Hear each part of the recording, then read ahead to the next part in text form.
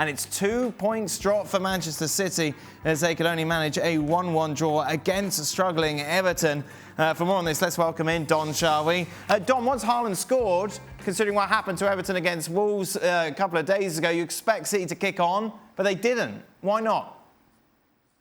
I think Everton made the game very bitty, Dan. I think the disruptions in the second half altered sort of the flow of Man City. They couldn't get into the rhythm and in their stride. Everton, I've got to say, were really good. Being a side that went 1-0 down inside 25 minutes, you thought, well, this could be anything. Haaland looked as though he was on fire. It was a scrappy game in terms of his performance because he was getting wound up by the three Everton centre-backs. They were getting right in his faces. They were giving a little bit of verbals, especially Godfrey. But it was one of them games where I've got to say, from an Everton point of view, I thought they'd get smashed today. Going 1-0 down, I thought this could be anything, but they recovered well. City weren't at it. Pep made his changes. He made 3 substitutions very late on. Brought Gundogan on, brought Alvarez on, brought Foden on. Only with about 7-8 minutes to go. So I think he left it a little bit late. But it was a very scrappy game, which suited Everton. Well, he thought they were brilliant again. Guardiola. Well, I don't think they were. No, I'm just saying he thought they were. I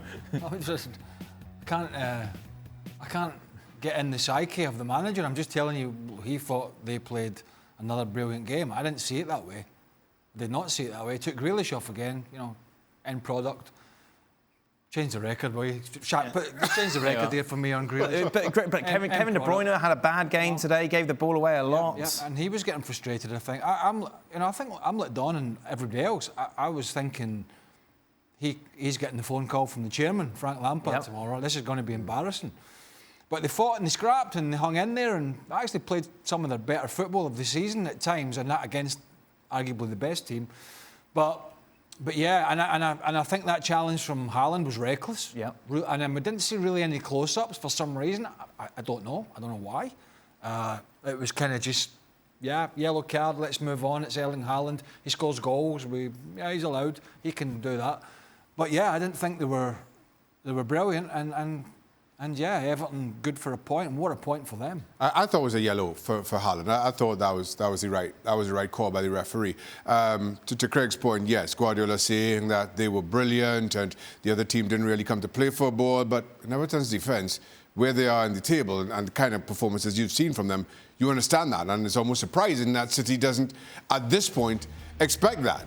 Everton was a flat back five. Let's not even pretend they had wing backs. It was a flat back five, soaked up pressure and just hoping to keep it narrow and then get a moment of brilliance, and which is exactly what they got from Gray. So if you're Everton, you happy. You leave the Etihad with a point as you do.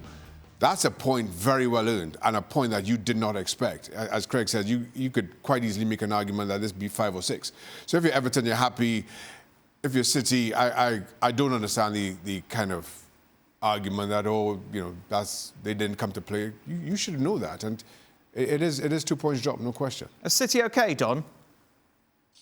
I think they are, Dan. I think you saw an Everton side today where I think it depends on your mood on how you play against them. I remember Newcastle being 3-1 up at the start of the season at St James's Park when Newcastle were flying. They ended up drawing the game 3-3. So if you're confident, you feel as though you can take Man City on at their own game, but Everton are in no shape to take them on at their own game. So they had to get wired in. I mean, Kevin De Bruyne lost his head once or twice. He got a yellow card, and that was borderline. I think they'll be okay. I think they'll react. You go back a couple of months, they lost against Brentford in the last second. Then they come back, first game back, they beat Leeds. What's interesting, I think, for the top teams, and Man City being one of them, is the fixtures that are coming up. They've got Chelsea, Man United and Spurs. So they're going to have to go on some run, but City normally go on a run. At this point in the season, they normally go 11 unbeaten or 11 straight wins. So they've got a bit of work to do, but I think Arsenal are in the same boat. They've got Newcastle, Spurs, Man United. So I can see a lot of teams who are playing each other in the top 4 dropping points. So it's who can put a mini run together, Dan, and City are normally one of the best at it.